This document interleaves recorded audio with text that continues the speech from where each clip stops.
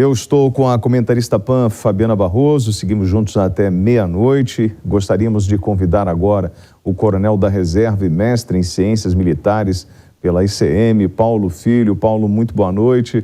Antes de passar a palavra para você, eu gostaria de trazer um resumo com o nosso correspondente Luca Bassani, porque enquanto a Inglaterra discute um substituto para Boris Johnson, uma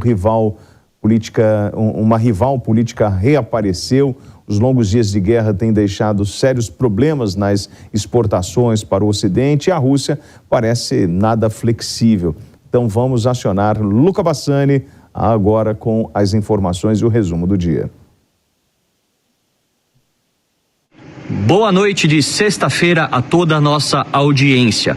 Começando o noticiário da Europa pelo Reino Unido, a gente vê que a antiga primeira-ministra do Reino Unido, Theresa May, que ficou no cargo entre 2016 e 2019, apareceu hoje dançando, ou pelo menos comemorando, que o seu adversário político no próprio partido, Boris Johnson, renunciou no dia de ontem. Não podemos esquecer que naquela ocasião, Theresa May sofreu grande oposição do próprio Boris, o que resultou em sua renúncia por não ter conseguido costurar um acordo favorável com a União Europeia após o Brexit, ou seja, ela não entregou o Brexit como prometeu quando começou no governo. Agora os papéis estão invertidos e Boris Johnson, após sucessivas crises envolvendo tanto o Partygate, tanto quanto a nomeação de um funcionário acusado de assédio sexual para o seu governo, fez com que ele caísse e muito provavelmente nos próximos meses já saberemos o novo chefe de governo do Reino Unido. Esse processo pode demorar um pouco, já que o próprio Partido Conservador tem vários nomes para essa disputa, mas tudo leva a crer que até setembro já saberemos quem será o novo primeiro-ministro britânico.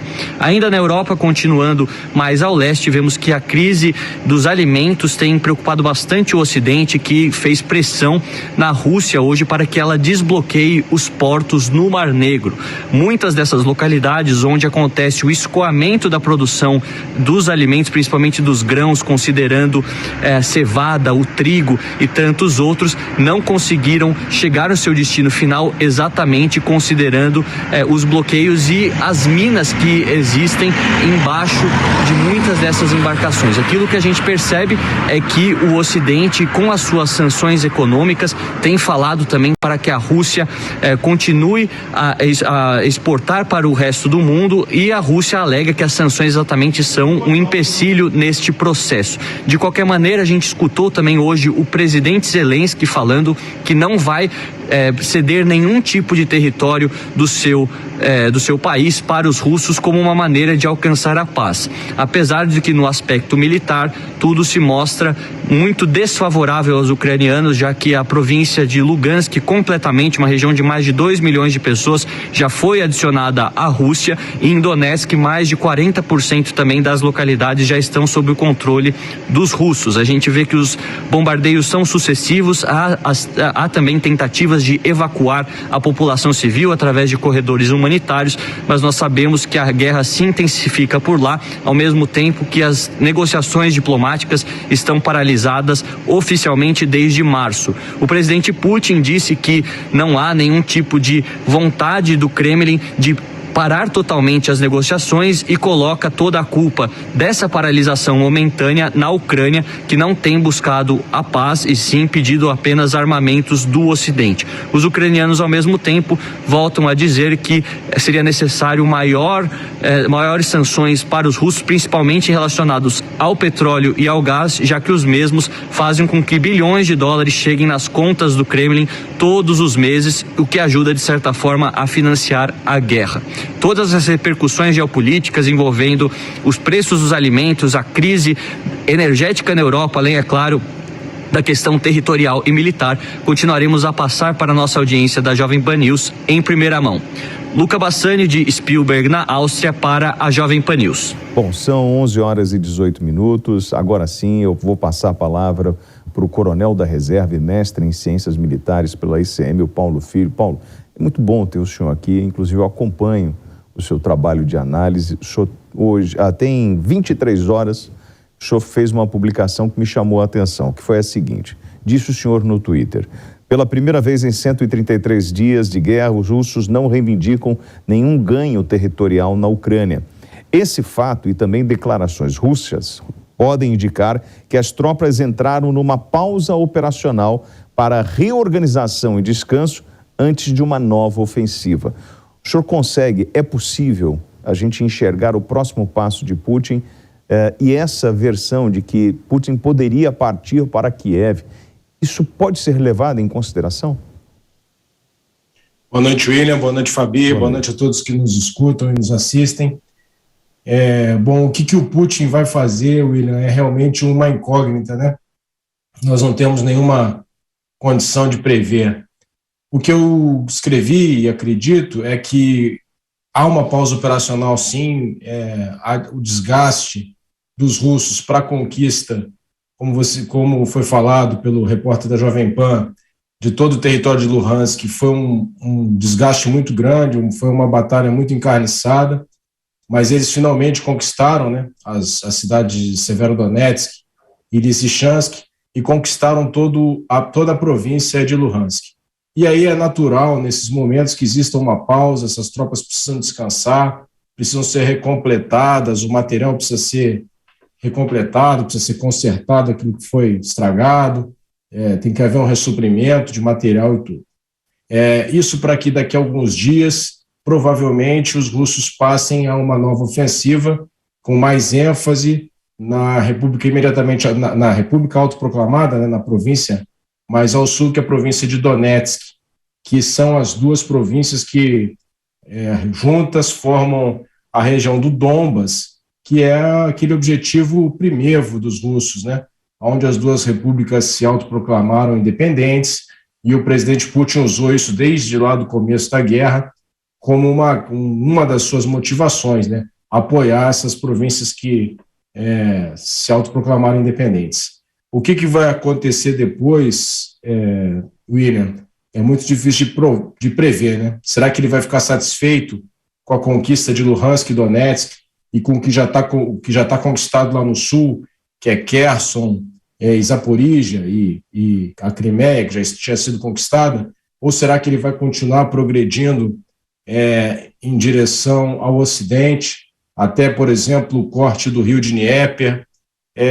No mapa aí dá para ver com clareza, né? O rio Dnieper marca um limite natural muito nítido, né, dentro da Ucrânia. Será que ele vai progredir até o rio para Odessa, faixa vermelha, que é sob influência russa?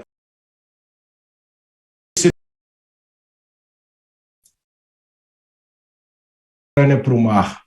A Ucrânia passa a não ter mais acesso ao mar, e isso será um grave problema para a Ucrânia do ponto de vista econômico, né? Praticamente inviabilizaria a Ucrânia economicamente. Então, será que ele vai ficar satisfeito com o que ele já conquistou, ou será que ele vai progredir mais para o Ocidente? É uma incógnita, William, nós não temos essa resposta. Fabi. Boa noite, Coronel Paulo Filho, prazer recebê-lo aqui novamente. É uma das questões que eu tenho levantado bastante nesses últimos dias, é a questão humanitária. Eu venho repetindo isso, mas com esse recuo agora, recuo momentâneo, né, das tropas, isso acontece em todas as guerras, pelo que eu entendi, essa não é diferente. O senhor tem notícias do deslocamento das pessoas, que foi até sugerido pelos prefeitos das cidades menores, de se está ocorrendo, se as pessoas estão conseguindo, os civis conseguindo sair dessas localizações um pouco mais já preocupantes? E aí eu já vou emendar em relação a Odessa. Eu vejo com grande preocupação essa parte dos civis que estão de Mykolaiv até Odessa. O senhor sabe se existe alguma também movimentação de resgate, deslocamento para colocar os civis aí, como a gente está vendo no mapa, de Mykolaiv até Odessa, e também lá de toda a região que já foi consolidada pelos russos, mas que tem muitas pessoas em poucas cidades pequenininhas, né, que foi até sugerido para que elas saíssem. Então, se o senhor tem essa notícia, puder falar para nós aqui, vai ser uma honra. Então, Fabi, no mapa ali mostra com clareza a cidade de Sloviansk, né? A cidade de Sloviansk e a cidade de Kramatorsk São dois possíveis, ali Sloviansk, né, tá no território de Luhansk, está em Donetsk, melhor dizendo, e provavelmente será o próximo alvo. E nós vimos essa semana o governador da província de Donetsk pedindo, né, para que a população se retire, especialmente dessas cidades de Sloviansk e Kramatorsk, porque provavelmente serão palco de combates encarniçados mais para frente. Você falou em Mykolaiv e Odessa, também deve estar havendo, sim, a retirada das pessoas.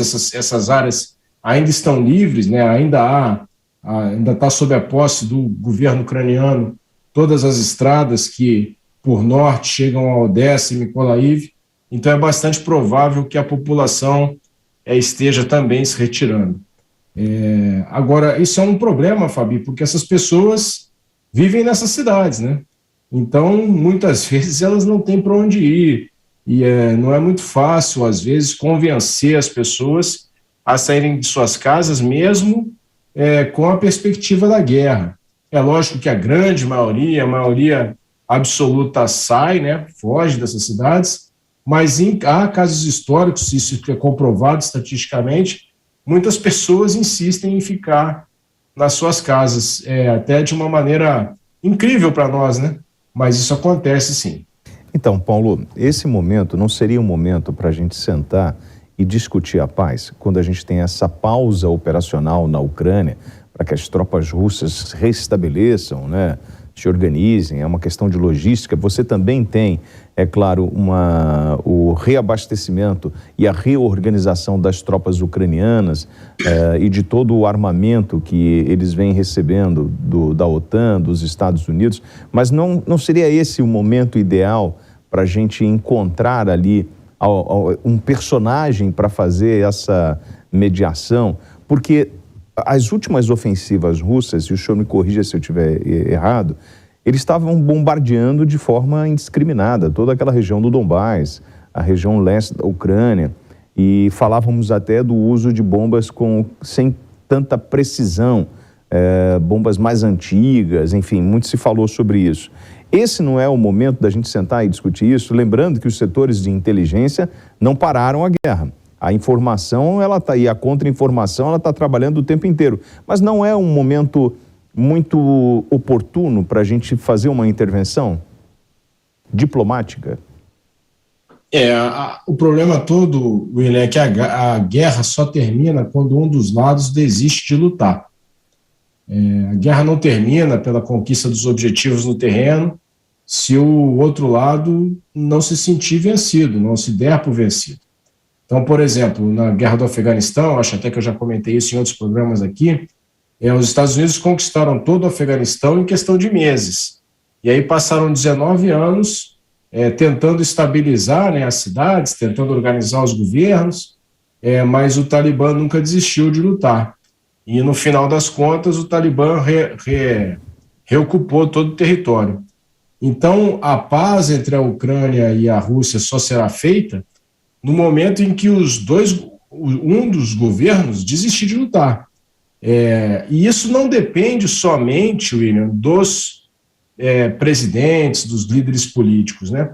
Isso, às vezes, isso depende muito do próprio povo, da vontade que o povo tem, da motivação que ele tem para continuar lutando. Então, pela dificuldade que os russos estão tendo no terreno, pela força de vontade, né, pela resiliência que nós vemos no exército ucraniano, me parece muito difícil nesse momento, a gente vendo essas cenas, né? Imagina se você mora numa cidade que está completamente destruída dessa forma. O desejo de revanche, né, o desejo de vitória, ele perpassa toda a população. Então, fazendo um exercício, só para encerrar, fazendo um exercício aqui de imaginação, né? Mesmo que o presidente Zelensky agora decidisse, não, tá bom, vamos entregar o que já foi ocupado pelos russos e eles não avançam mais, será que esse povo aí concordaria? É uma pergunta que a gente tem que se fazer, né? Quando o senhor falou do Zelensky, era justamente a observação que eu ia fazer, que ele mesmo falou que não vai abrir mão do território pela paz. Já bateu o martelo. Agora, isso traz um fator importante. Não só o povo ucraniano, a mobilização, né, do povo ucraniano, como também do povo russo. É o que eu digo, a vontade de lutar ela é fundamental, William. O Napoleão já disse, né, que a força moral está para a força material numa proporção de 3:1. Então, a paz, muitas vezes, a decisão de fazer a paz, ela tem que ser consertada no seio da sociedade. O povo ucraniano vai ter que concordar em fazer a paz, porque senão ela vai ser uma paz pela metade. A guerra pode até acabar formalmente, mas vão continuar as ações de guerrilha, ações de terrorismo, ações de desestabilização dos governos que porventura forem instalados nessas cidades, esses governos que seriam pró-russos, né? E aí, então é difícil. Paulo, e aí, Fabi, a gente já falou aqui, né? O Paulo mesmo falou sobre guerra de procuração e tal. Se você tem alguém fomentando isso, né? Ou essa russofobia, esse ódio, fornecendo armas e só retroalimentando esta violência, a gente não vai chegar a isso, a um acordo nunca, né? Enquanto, assim, como desde o início da guerra, a gente fala, né, quando a gente é perguntado, a diferença entre os dois exércitos é uma diferença muito grande. O exército ucraniano sozinho, né, somente a Ucrânia, a nação ucraniana, não teria condições de fazer face a uma invasão russa.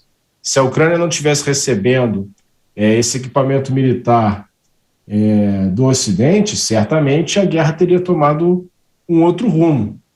Então nós estamos vendo, sim, não há dúvida nenhuma, uma guerra por procuração, uma guerra em que a OTAN está, sim, ao lado da Ucrânia contra a Rússia. Ela só não emprega os seus homens, os seus soldados, ela não coloca o que a gente chama de boots on the ground, né, os coturnos no terreno, mas ela mobiliza com material, com dinheiro, com equipamento, com tudo que é necessário. Então, certamente, isso prorroga a guerra. Agora, por outro lado, será que se elas não fizessem isso, Kiev já não teria caído? E será que aí, depois de Kiev, como que a Polônia ficaria? Como que a Lituânia, Estônia, Letônia, né? Esses países certamente ameaçam, o sentido de ameaça, que inclusive levaram a Finlândia e a Suécia a pretenderem aderir à OTAN, estaria ainda muito mais exacerbado. E aí, Fabi, o chanceler da Rússia, o Sergei Lavrov, deixou a reunião do G20 nesta sexta-feira afirmando que, abre aspas, não há nada para falar com o Ocidente, fecha aspas.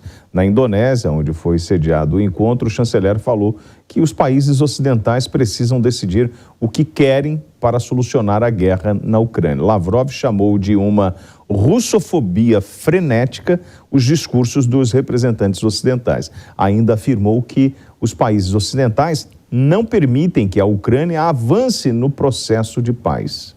Fabi. Lembra, William, eu costumo dizer que os possíveis sucessores de Putin, se ele caísse, seriam piores. Tá? Um bom exemplo, Lavrov, né, que é um dos, ali na linha sucessória natural do Putin, se viesse ter aí um problema até de saúde foi aventado, que eu até não acredito muito.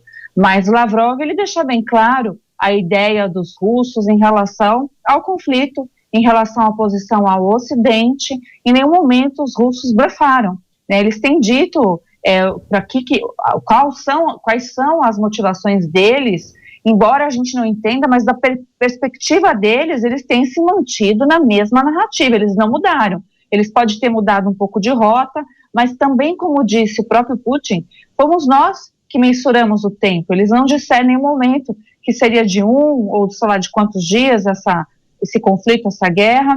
Eles ainda continuam, né, tratando como se fosse uma operação especial. E ainda falando da questão humanitária, hoje, Coronel Paulo, eu tive a oportunidade de conversar com uma amiga pessoal da Thalita do Vale, que é aquela brasileira que faleceu lutando lá na Ucrânia, e a mãe dela, Dona Rose, está extremamente, assim, triste, preocupadíssima, porque o corpo da filha foi recolhido pelos russos e ela não conseguiu fazer, parece que foi oferecido um reconhecimento antes de uma cremação, isso não ocorreu. Então, só para a gente explanar como é grave, como é triste essa questão humanitária, falando de uma brasileira, como seria o procedimento correto, lembrando aqui da ética da guerra, que você já explanou para nós que deveria existir, né, se tivessem essas condições normalizadas, até para ver se a gente abre uma luz aí para a Dona Rose, que é a mãe da Thalita. Fabi, eu não sei exatamente qual era a situação dessa brasileira lá no conflito, né? De acordo com as normas do direito internacional dos conflitos armados, as convenções de Genebra protegem os combatentes quando eles são considerados combatentes legítimos, né? Para que eles sejam considerados combatentes legítimos, essa brasileira, ou qualquer brasileiro que vá para lá, qualquer estrangeiro, ela tem que estar enquadrada em uma unidade do exército ucraniano formal, ou seja, lá no 20º Batalhão de tal brigada. Ela tem que estar enquadrada dentro da hierarquia, ela tem que ter um posto, uma graduação, um comandante, e ela tem que estar recebendo remuneração exatamente igual à dos ucranianos. Isso para caracterizar que ela é uma militar ucraniana, estrangeira, mas militar do exército ucraniano. Se essas condições forem dadas, e nós estamos falando em tese, porque eu não conheço o caso, ela teria, sim, todo o amparo do direito internacional dos conflitos armados, e após as hostilidades, após o cessamento das hostilidades, haveria a troca dos despojos, né? Teria tudo isso. Caso ela seja considerada, isso não atenda, não seja atendido, ela perde essa proteção do direito internacional dos conflitos armados, mas ela continua sendo um ser humano. Ela passa a ser abrigada pelos direitos humanos, propriamente dito, né? Mas aí pelas normas legais, pela legislação comum do país, no caso da Rússia. Então, de acordo com as leis russas, o amparo dos direitos humanos, das leis russas, teria que ocorrer. De qualquer maneira, ela teria que estar amparada. Ou pelo direito internacional dos conflitos armados, se fosse enquadrada no caso de um combatente, ou pelos direitos humanos, se não fosse enquadrada como um combatente. Paulo, vou fazer uma provocação, trazendo para a nossa realidade, a hora certa na PAN, são 11h36. O senhor fez uma observação sobre um carro de combate brasileiro, se eu estiver errado, por favor, me corrija, mas com o conflito que está acontecendo, nós falamos ao longo desses dias sobre uma possibilidade de uma corrida, né, nuclear, ou de uma reorganização militar do mundo.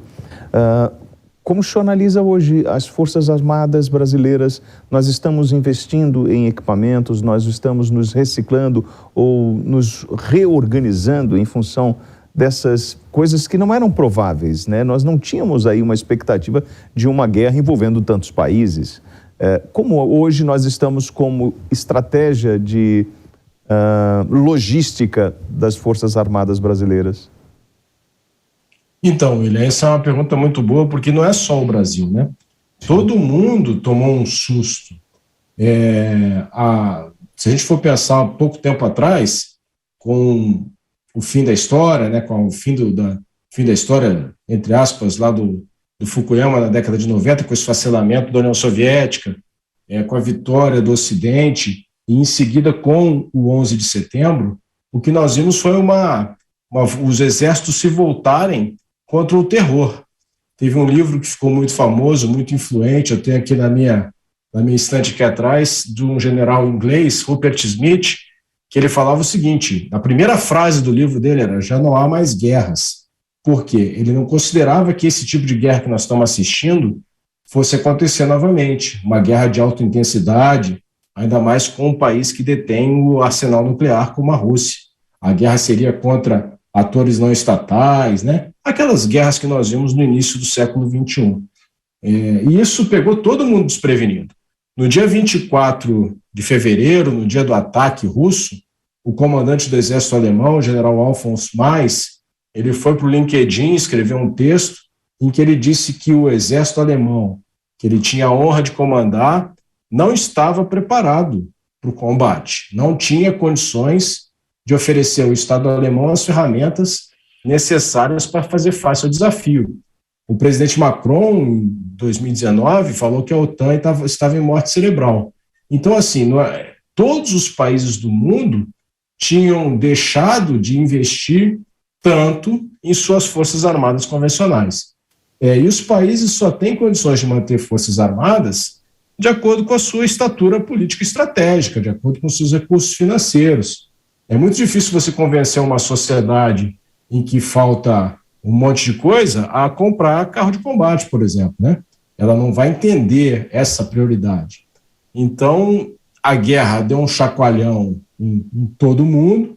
As pessoas que são, os profissionais que são responsáveis por cuidar disso, onde estão fazendo, sim, investimentos. Então, nós vemos os países da OTAN levando os seus investimentos todos para 2% do PIB.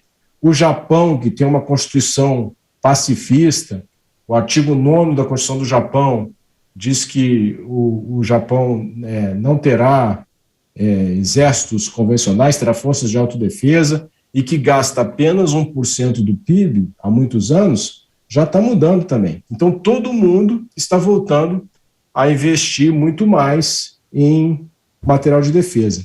Isso cria o que se conhece nas relações internacionais como o dilema de segurança, né? Um paradoxo da segurança.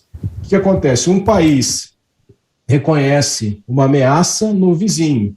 O que ele faz? Ele se arma. Aí, como ele se arma, o vizinho também reconhece a ameaça, ele se arma mais. Como esse se armou mais, o outro se arma mais ainda. É o chamado dilema de segurança, que você pode chamar também de uma corrida armamentista. Então, nós vamos ver isso em todo o mundo. O Brasil, a pergunta que você fez, William, faz o esforço, né? As Forças Armadas fazem um esforço dentro do orçamento disponível para se manter o mais atualizada possível.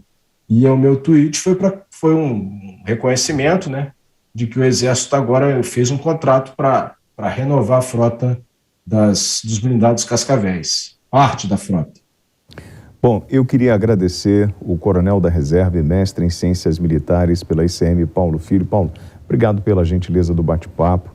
A gente continua acompanhando o seu trabalho, as suas análises sobre esse conflito na Ucrânia e gostaríamos de contar com o senhor outras vezes aqui no Headline News. Vai ser sempre um prazer falar com você, com a Fabi.